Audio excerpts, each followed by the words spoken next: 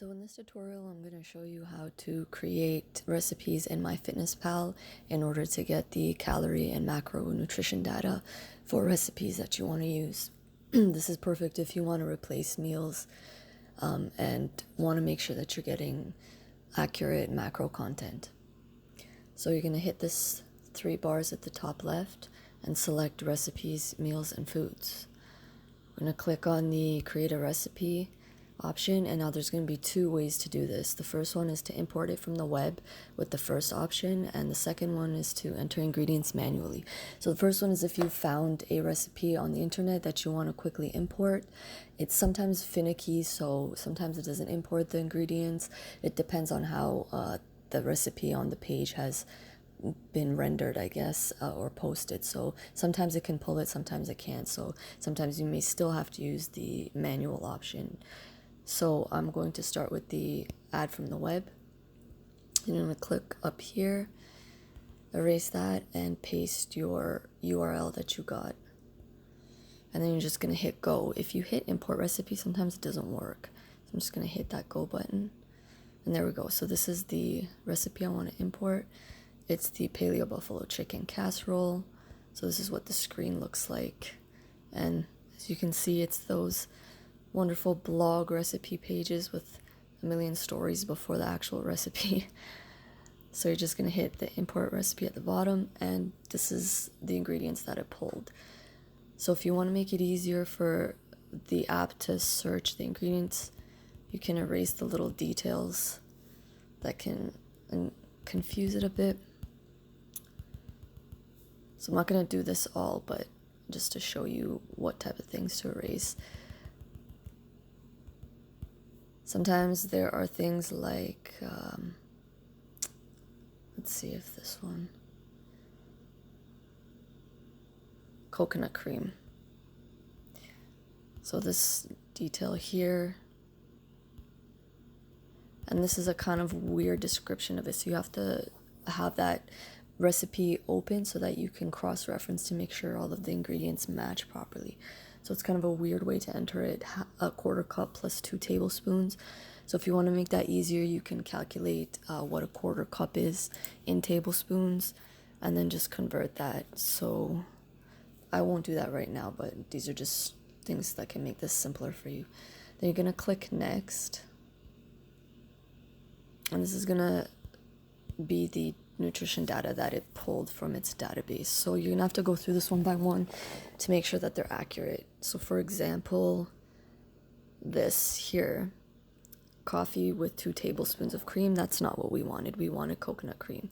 So we're gonna go in and click replace ingredient. So we're gonna have to search for this on our own. Coconut cream. So these options with the green check, that usually means that it's been cross-referenced with the USDA nutrition database. So those are more accurate nutrition data. There's a lot of user input data in this database that is extremely inaccurate. So always try to go with the check mark, and still you want to cross-reference because depending on the brand you're using, they're not all going to be the same nutrition data. So I've double-checked this one. So it was a 1/4 cup plus 2 tablespoons. I can do the math. Let's see. 1 cup, 2 tablespoons. So it's a 1/4 cup.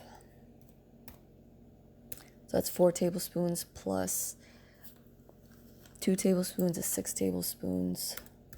And that's basically 0.375 cups. There's a lot of kind of little math things you have to do here. So this is now updated. We have coconut cream here, so this is the more accurate one. And I've double checked this one, so this is accurate for the brand that I would use, but you may have to compare yours and make sure that it's right. So you'll have to do that with each ingredient one by one to make sure they're all accurate, but I'm going to skip over that because it'll just take way too long. So once you've gone over them, you hit next, and here is going to pull all that together. So it shows you the calories, carbs, fat, protein, so all the macros.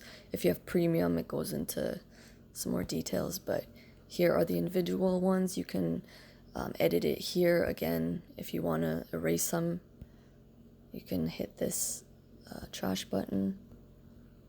And here you can change the serving. So this is for 4 servings. So you take the whole recipe, cut into 4 portions. And this nutrition data is for one of those 4 portions. For the whole casserole, this is the nutrition data there. If you want to do smaller portions and say create 6, so this is the nutrition data for one of 6 portions of the whole casserole. So when you're done, you just click save. And there it is. So this is the total of your recipe. You can add to diary, whatever. So now if we go back, we can create a recipe with the manual option. So here we're just gonna type in a name, casserole, let's do 4 servings. So here you can do bulk import ingredients. So you would just type each individual ingredient here, or you can do it one by one here. This takes a little longer, but it may be a little more accurate. Here you type in 1 stock celery. Let's do 6 tablespoon coconut cream. I'm not sure what else was there, so we'll just do those 2 for now. Go in here, and again, you're gonna have to edit the coconut cream because it's giving you coconut cream pie, and you definitely don't want that. So you're gonna again hit replace ingredient, coconut cream's in the search, type here, it was 0.375 cups total, and there you go. So same thing here, it just edits it if you want to delete multiple ingredients at once. If you want to add more ingredients, otherwise click next. And here, same thing as the previous method, and it'll just go over all of the ingredients together, and when you're done, you click save. And there you go. You can edit the recipe here, or you can delete the recipe. So that's basically it. Hope that helps, guys.